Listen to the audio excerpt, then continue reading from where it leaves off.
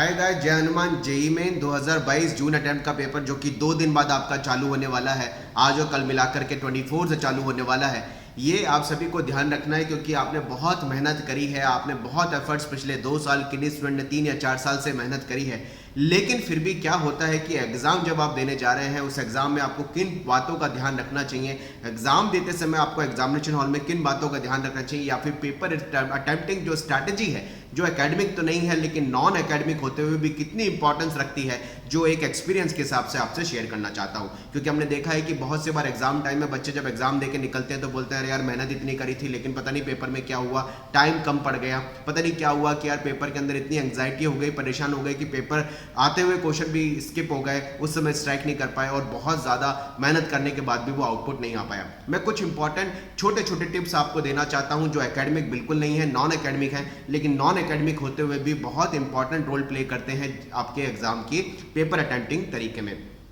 सबसे पहले तो आप सभी को पता है कि आप सभी के पास 75 क्वेश्चन आपको अटेम्प्ट करने हैं, 90 क्वेश्चन आपको दिए जाएंगे। सेक्शन ए सेक्शन बी के आपके पास पार्ट्स रहेंगे। न्यूमेरिकल वैल्यू बेस्ड जो क्वेश्चन है वो पहली बार उनमें नेगेटिव मार्किंग आपको इंट्रोड्यूस कर दी गई है, यानी पिछले साल तक न्यूमेरिकल वैल्यू बेस्ड क्वेश्चन में नेगेटिव मार्किंग नहीं होती थी, तो बच्चे आराम से उसको कम से कम अटेम्प्ट करके आते थे, भले वो सही है या गलत है लेकिन नेगेटिव मार्किंग नहीं होती थी। लेकिन इस बार उसमें नेगेटिव मार्किंग है तो उनको बहुत ज़्यादा ध्यान देकर आपको अटेम्प्ट करना है कि अगर सही है तो ही अटेम्प्ट करें, लेकिन अगर गलत आपको लग रहा है कि चांसेस हो सकते हैं तो उसको थोड़ा सोचें, उसको फिर आते आप छोड़ सकते हैं या फिर आप अपनी कैपेबिलिटी के हिसाब से उसका डिसीजन ले सकते हैं। यहाँ आप सभी को ये पता है कि आप सभी के पास पेपर के टाइम में बहुत कम टाइम होता है, यानी कट टू कट टाइम होता है क्वेश्चन के पेपर को अटेम्प्ट करने के लिए। तो आप सभी को ये सबसे पहले ध्यान रखना होगा कि जब आप पेपर अटेम्प्ट कर रहे हैं, क्वेश्चन पढ़ रहे हैं, तो क्वेश्चन को पूरा पढ़ें, क्योंकि कई बार देखा जाता है बच्चे क्वेश्चन को जल्दबाजी में पढ़ते हैं और जल्दबाजी में पढ़कर दिमाग में उसकी इमेज कुछ और बनाते हैं और आंसर कुछ और करके आते हैं। इसलिए पेपर को सही, क्वेश्चन को सही पूरा पढ़ना बहुत जरूरी है, क्योंकि जैसे ही आप क्वेश्चन को सिस्टमेटिकली अंडरलाइन करते हुए पढ़ते हैं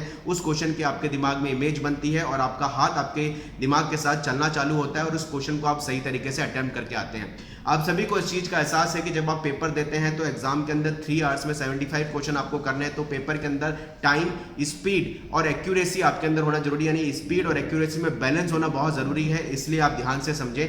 पहला घंटा जो पेपर का होता है, पहला का स्टार्टिंग 1 आवर जो होता है वो आपका कॉन्फिडेंस बहुत ज़्यादा बिल्ड करने का होता है। इसलिए पेपर के अंदर आप सबसे पहले वो क्वेश्चन अटेम्प्ट करें जो आपको बहुत बेहतर तरीके से आते हैं। लेकिन कोई क्वेश्चन अगर आपको लग रहा है कि आपका टाइम बहुत ज़्यादा ले रहा है, उस क्वेश्चन को या तो आप उस समय छोड़ सकते हैं और आपको लग रहा है कि यार वो बनने की कंडीशन में आएगा, अभी दिमाग में स्ट्राइक नहीं हो रहा, तो मार्क ऑफ रिव्यू में उसको डाल सकते हैं। लेकिन मार्क ऑफ रिव्यू में डाले गए जितने भी क्वेश्चन होंगे उनको आप पेपर खत्म होने से,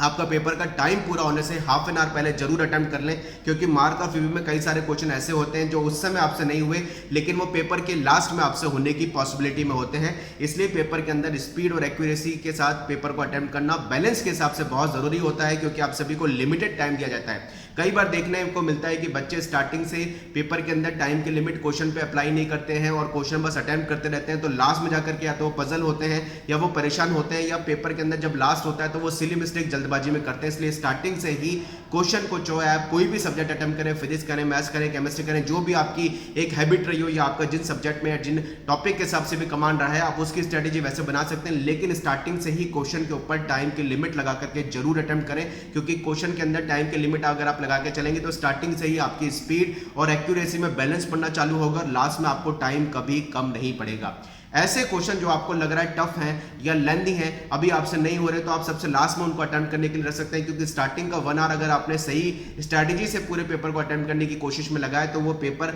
अटेम्प्ट करने का जो स्टार्टिंग का 1 आवर है वो आपके कॉन्फिडेंस को बिल्ड भी करेगा, क्योंकि आप सबसे पहले उन्हीं क्वेश्चन को अप्रोच कर रहे हैं जो क्वेश्चन आपको बहुत बेहतर तरीके से आते हैं। अगर आपका कॉन्फिडेंस स्टार्टिंग से बिल्ड रहा तो वो पूरे पेपर में आपको कहीं ना कहीं सपोर्ट देता रहेगा। कई बार ऐसा देखने में आता है कि जब पेपर में क्वेश्चन बच्चे पढ़ते हैं 4 से 5 स्टार्टिंग के क्वेश्चन उनके टफ आ जाते हैं तो उनको लगता है यार पूरा पेपर टफ है और वो ओवर एंग्जाइटी में आते हैं। कभी ऐसा मत सोचिए, अगर शुरू के 4 या 5 क्वेश्चन लगातार सीक्वेंस में ऐसे भी आ गए जो आपको नहीं आ रहे हैं, आपको लग रहा है कि टफ है, नहीं आ पा रहे हैं, लेकिन ऐसा नहीं होगा। आगे क्वेश्चन ऐसे हो सकते हैं जो इजी होंगे, मॉडरेट होंगे या फिर टफ भी होंगे, लेकिन वो पूरा पेपर पढ़ने के बाद ही पता चलता है कि कितने क्वेश्चन टफ है, कितने इजी है। इसलिए स्टार्टिंग में कभी भी अगर आपको लगे 4 से 5 क्वेश्चन नहीं आ रहे और आप एंग्जाइटी में आ गए, इतना टफ पेपर है मेरा क्या होगा, ऐसा मत सोचिए। आगे बढ़िए और आगे के क्वेश्चन पे राइट टाइम के हिसाब से अप्रोच लगाते हुए पूरे क्वेश्चन पेपर को ढंग से अटेम्प्ट करने की कोशिश करिए।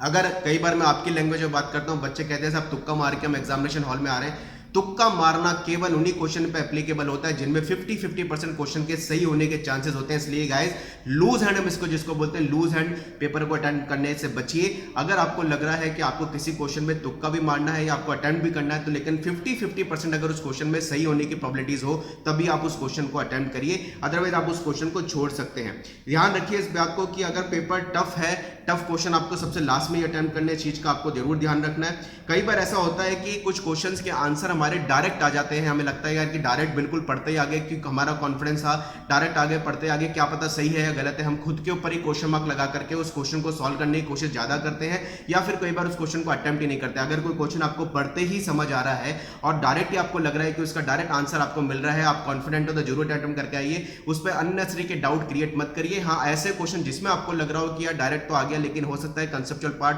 थ्योरेटिकल पार्ट या फंडा दूसरा लगना है, उसको आप जरूर सोचें। लेकिन कई क्वेश्चन जेईई मेन के अंदर ऐसे भी होते हैं जो डायरेक्ट पढ़ते ही चुटकियों में आते हैं, उस पर आप कभी भी अपने आप पर ऐसा मत रखिए कि आपको कॉन्फिडेंस आप लूज करने वाले हो, उसको सिस्टमेटिकली पढ़ के आप अटेम्प्ट करने की कोशिश करिए। अब आपका बिल्कुल लास्ट टाइम आ चुका है, इसलिए मैं सारे स्टूडेंट्स को कहना चाहूंगा जो भी आपको पर्टिकुलर डेट के हिसाब से शिफ्ट मिली है, 3 आवर्स का जो आपको शिफ्ट मिली है, उस शिफ्ट के हिसाब से पर्टिकुलर रियल टाइम प्रैक्टिस आप चालू कर दीजिए घर के अंदर। इसका मतलब है कि जैसे किसी बच्चे का टाइमिंग 9 से 12 का है, वो 9 से 12 अपने बायोलॉजिकल क्लॉक को कुछ इस तरीके से मैनेज करे कि वो 9 से 12 में पूरे एनर्जेटिक रहे, पॉजिटिव रहे, चार्ज रहे और उस स्ट्रेटेजी के हिसाब से 3 घंटे की प्लानिंग करके पेपर को अटेम्प्ट करे। किसी का 3 से 6 है तो वो 3 से 6 की बायोलॉजिकल क्लॉक को कुछ इस तरीके से बनाए कि वो उससे में बहुत कंफर्टेबल रहे और कॉन्फिडेंट रहे, क्योंकि अब लास्ट टाइम में रियल टाइम प्रैक्टिस करना बहुत ज्यादा जरूरी होता है।